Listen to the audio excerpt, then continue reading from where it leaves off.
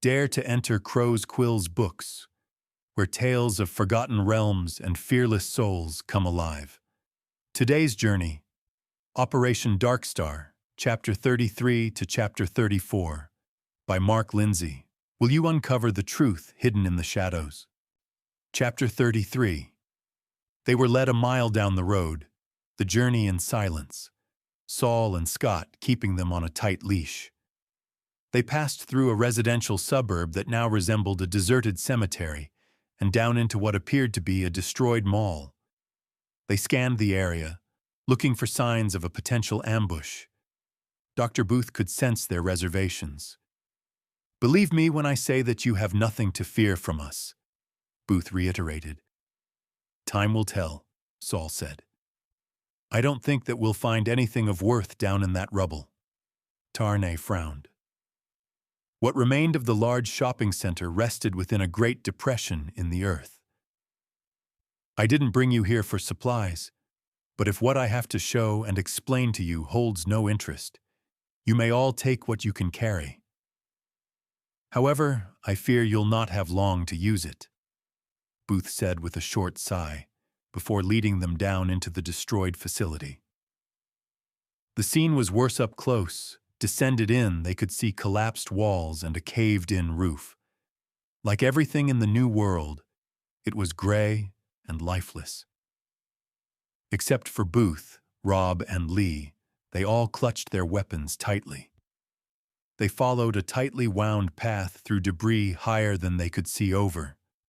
It appeared to be leading them down into the ground. Saul shot Scott a look of concern that was mirrored by the ex-Delta operator. Suddenly the path ended, and they were standing before a large steel wall. "What the hell is going on?" Apache growled, turning his rifle on Rob and Lee, who in turn did nothing. Dr. Booth stepped forward and hit the metal surface 5 times, then stepped back. Seconds ticked by. Everyone was on edge. There was a loud metallic bang. Then the iron groaned as the steel wall slowly slid open. The ex-detective kept Booth close as they entered into the darkness beyond. As soon as their eyes adjusted, they could see inside it. First impressions were of a submarine interior. Tons of welded steel used to create a barrier to the outside world. A large figure loomed off to the side, bigger even than Jared. He wore a thick ginger beard and tattoos running down his arms. He ignored the new faces as they entered, instead concentrating on turning the large steel wheel that operated the door mechanism.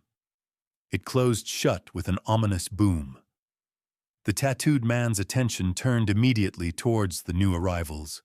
He grunted with disdain upon seeing Jared and the axe that he carried. "There are more than you said," the man grunted. "I can't control how many they brought out in their patrol," Booth was quick to reply. She turned towards Saul and Scott. "Now that we're safely here, allow me to introduce ourselves. Rob and I are former Rangers. We were private contractors when all this happened," the taller of the 2 men who led them here said. "My name's Cooper. I worked in corrections.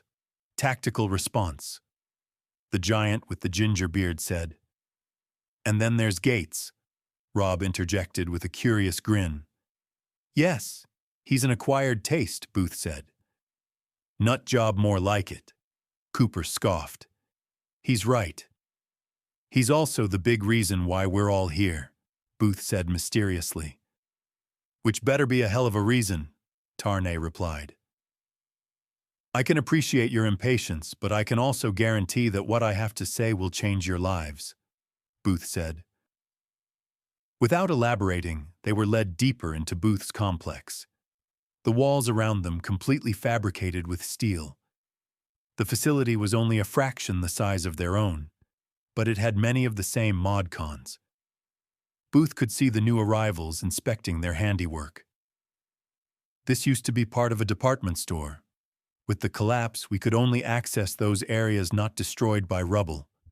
We've reinforced the walls with steel found from wherever we could find it. It was slow and tedious work, but it makes sleeping at night so much easier, Booth explained. They rounded a bend and entered a large open space that doubled as a recreation hall, kitchen, and work area. Curtains covered the east and west wall. That's our sleeping areas. Small but private, Cooper added. The southern wall had been converted into a large blackboard, easily 8 feet tall and 20 feet wide. It encompassed the entire side.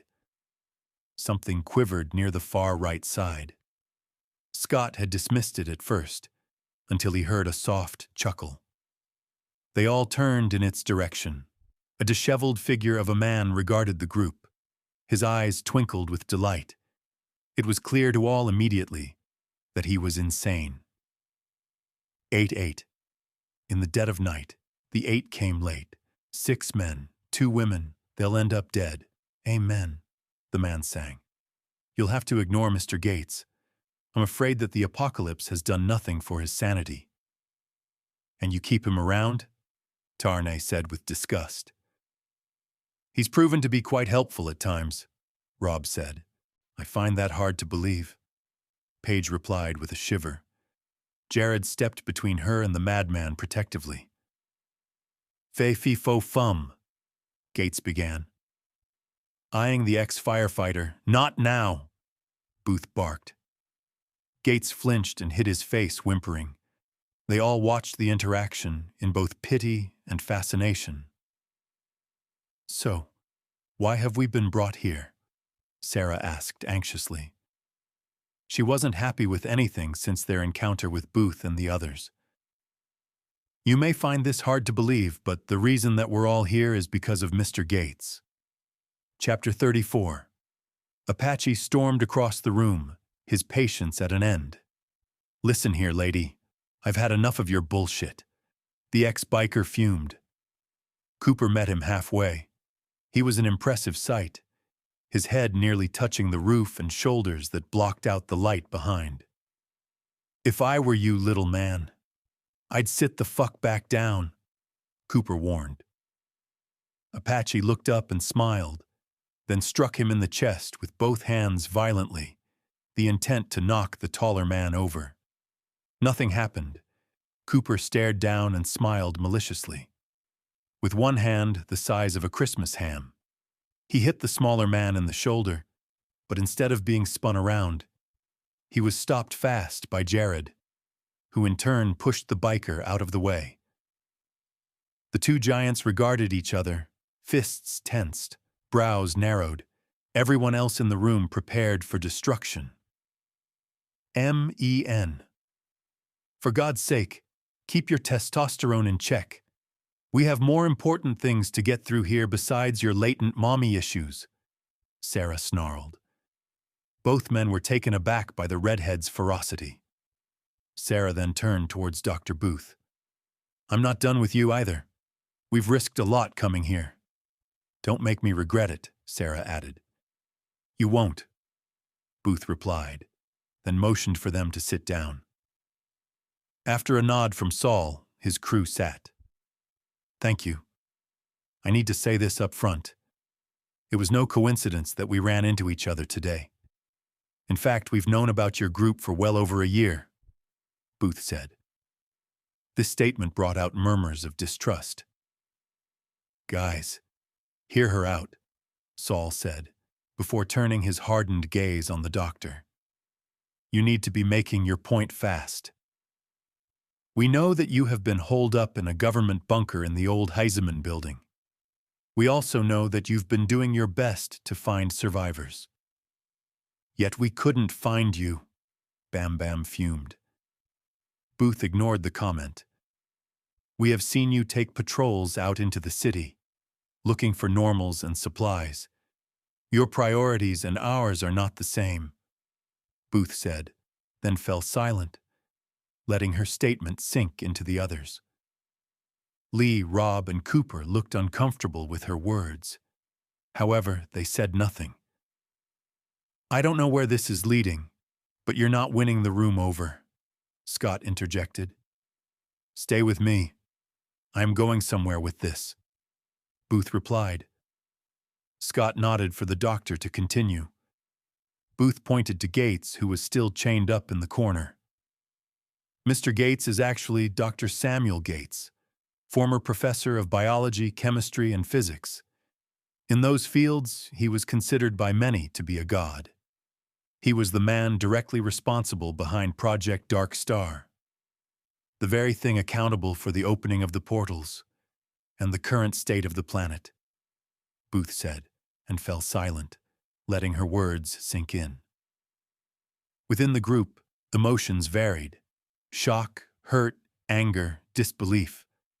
That can't be true, Saul stammered, trying to keep himself centered. He looked across at the two bikers, expecting them to lose control. He wasn't expecting what came next. Paige roared, jumping to her feet in a fit of rage. "You killed my mama," she added, crossing the room towards Gates and attacking the man with all the ferocity in her being. As mad as the scientist now was, he tried to stop the young wildcat unsuccessfully. The teenaged girl pummeled the man with practiced fists. For the past 8 years, she had been taught to fight by her adopted uncles. Paige now used her knowledge to her advantage. Fists and knees were delivered to the hapless man who screamed for help. Cooper and Lee were the next to respond, grabbing the younger girl and pulling her from the scientist, still kicking and screaming bloody murder. They were followed close behind by Scott and Jared, the latter slamming one of his fists into the slightly bigger man. Cooper dropped the girl as he turned his attentions on his attacker. The two giants went at each other with raised fists, each blow shaking the floor. The others were quick to jump in, it taking everyone present to pull the two men apart. "Sucker punch me, you piece of shit," Cooper roared, Jared glaring back with murderous intent. "Maybe next time, you might decide to not grab a young girl," Bam Bam growled back. "She started it," Lee interjected. "Very mature," Sarah said. "This is really getting us nowhere," Booth said, annoyed. "I'm sorry my grief is an inconvenience to you," Paige snarled, casting a long, lingering stare at Booth and Gates, challenging anyone to prove her wrong. "That's not what I meant, young lady," Booth replied. "Cut the crap, explain yourself, you have 5 minutes, then we're gone," Scott said, in an uncharacteristic display of annoyance. Booth was clearly frustrated, but knew this might be her one and only chance to get her point across. Taking a deep breath, Booth nodded. "Gates and I both worked on Project DarkStar. Utilizing a meteorite made of an unknown substance, we had hopes that it might be a source of unlimited clean energy. In fact, enough to power the Earth." "Power the Earth," Gates chimed in. "PETA," Rob interrupted, giving Dr. Booth a look that hinted he had heard her speech one too many times. "We didn't realize at the time, but the moment the experiment began, we had already lost control. We had kick-started the power of the meteor, which in turn siphoned off the power within our planet and opened the portals. As you know, the portals disappeared later. This was because the siphoned power was running out," Booth said. "What do you mean running out?" Tarnay asked. "That's a good question." "And what's the answer?" Saul added, feeling a cold lump growing in his stomach. "The answer is that the world is just about out. The planet is dying," Booth said. "Yeah, but I'm sure it's not something we need to be concerned with. I mean, what, 1,000 or a couple of 100 years? None of us are planning families, not in this fucking nightmare," Apache sneered. "The planet doesn't have 1,000 years. Dead. Dead. We're all dead," Gates sang. Booth silenced him with a glare. "By my data and calculations, we have weeks. Even that might be an overestimate," Booth said, indicating the board filled with mathematical equations and scientific theories behind her. The group stared at the board, then her in silence. "What a crock," Bam Bam replied loudly. Gates sniggered loudly. "I agree. I've heard many cons in my time, but this takes the cake." "She wants something," Apache added. "No, she's telling the truth. We've been together a lot of years," Lee said. "She has shown us the area where this took place," Rob added.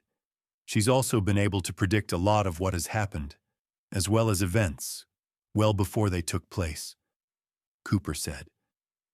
"For instance, the earthquakes we started getting, which have been getting more frequent and powerful over the past few years, Dr. Booth predicted them," Lee said. "Well, even if what you say is true, I don't see how knowing about the end is going to help," Sarah said.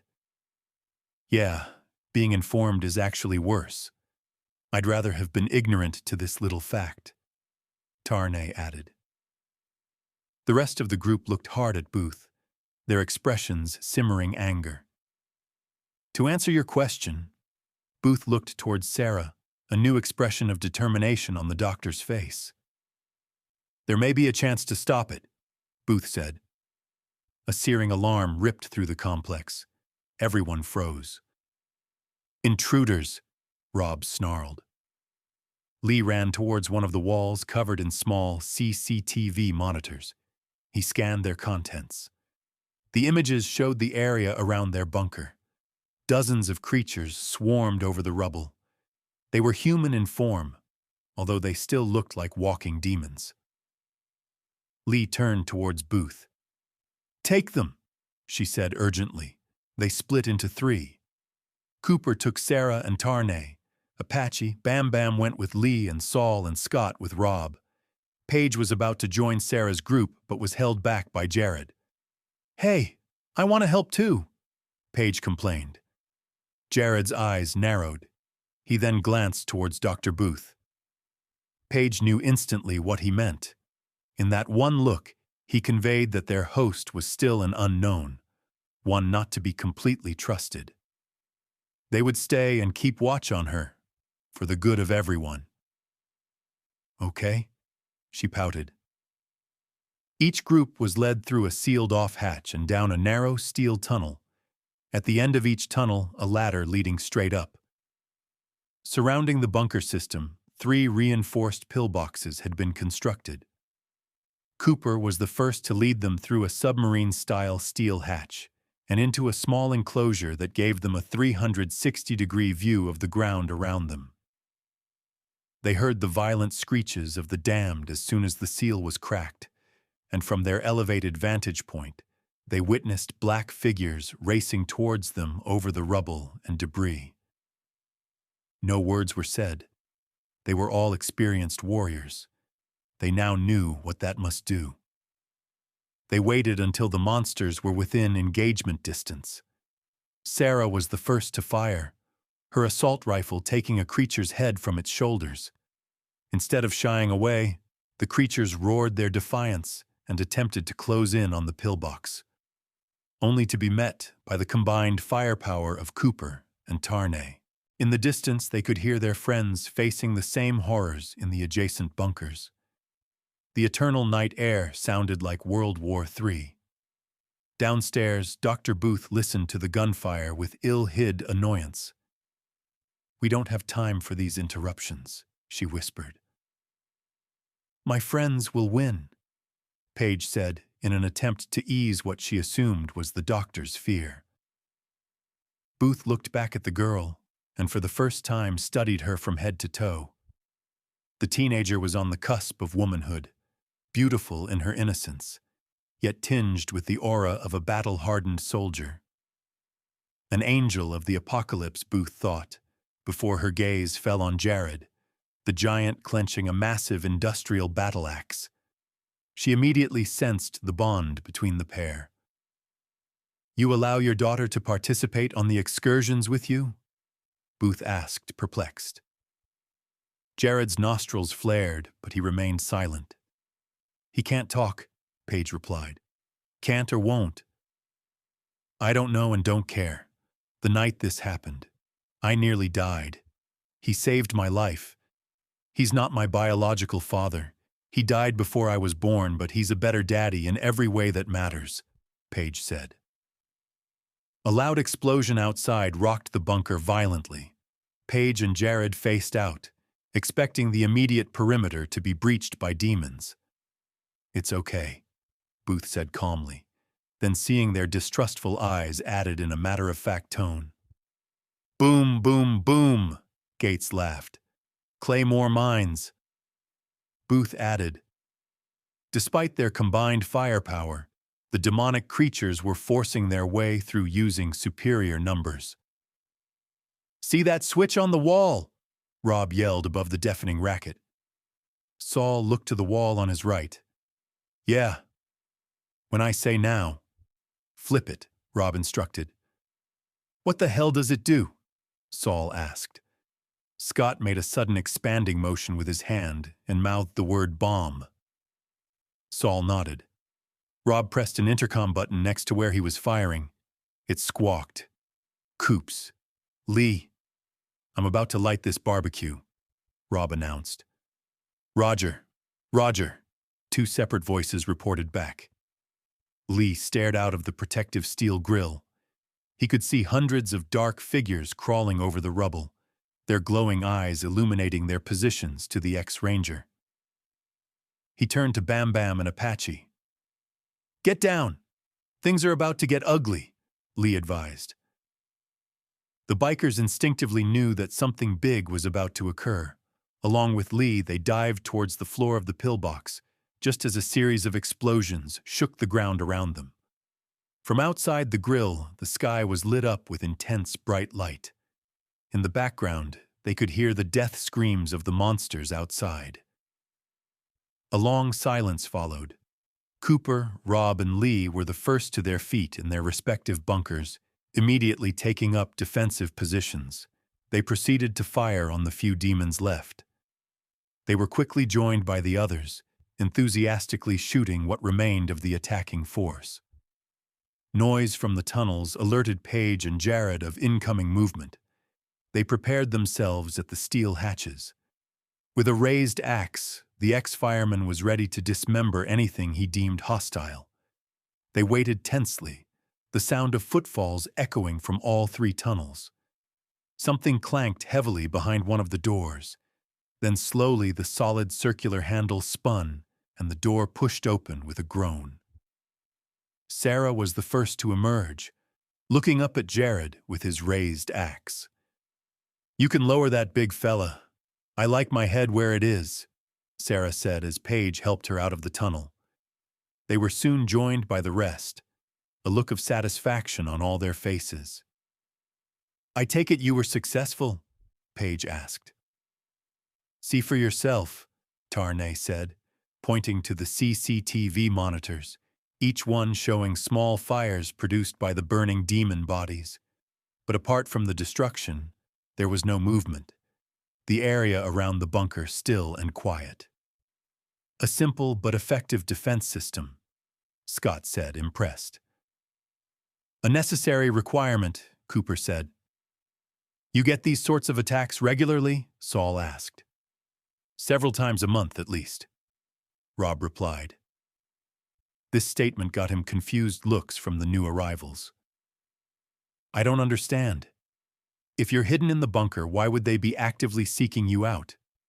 Sarah asked. When you go out on your patrols, do the monsters hunt you down? Booth asked. Not if they don't see us, Scott said. I have a theory. I believe that the reason the demonic hordes were able to hunt the humans so well was because they could sense them, Booth said. Sense them? How? Scott asked, intrigued. I think that they are attuned to the frequency of our brains. Let me rephrase that. They are attuned to 99% of the population, Booth continued. She could see a lot of confused expressions. How many of you have ever been knocked out? Concussed? Booth asked. The question threw them all off guard, none of them knowing where this discussion was going. Then slowly, Saul raised his hand. 19 years ago. I was chasing a perp through an abandoned worksite. Little turd ambushed me, struck me on the side of the head with a steel pipe. I was out cold for 6 hours before they found me. The doctor said it was a grade 4 concussion, Saul said. The doctor told me the same thing when I came off my bike, Bam Bam interjected. Gates laughed and clapped. The biker took several steps towards the chained scientist with his gun pointed casually in his direction. Gates watched with wide eyes. Bang! Bam Bam growled menacingly. Gates jumped. You might want to keep your toad quiet, Bam Bam warned. I received mine in Afghanistan. Tarnay spoke up in an attempt to stop hostilities before they began. They all related similar stories of being knocked out, losing consciousness for well over an hour. This included Rob, Lee, and Cooper. I believe that this specific type of trauma has altered all of your brainwaves. I think that the monsters can't track you, Booth said. That can't be right. We have skirmishes all of the time. Plus, the monsters tracked us down to your bunker, Page argued. If the monsters see you, then they'll attack. But if they can't sense people, then they won't come looking. Also, they didn't track your team and mine when they arrived here. They're tracking me. I've never had a concussion before, Booth said. I doubt that a high number of people living in our complex have had a concussion. Why haven't the demons attacked us there? Sarah asked. Good question. The same reason why we get attacked here. Your bunker is located well below ground level. It must block the signal that those without concussions are sending, Booth said. If the monsters are hunting you here, then why stay? Apache asked. This is our home, for better or worse. We have made provisions that help make it defendable, as you've seen. Plus, my work is here, Booth replied. You mentioned your work just before we were rudely interrupted. What did you mean? Saul asked.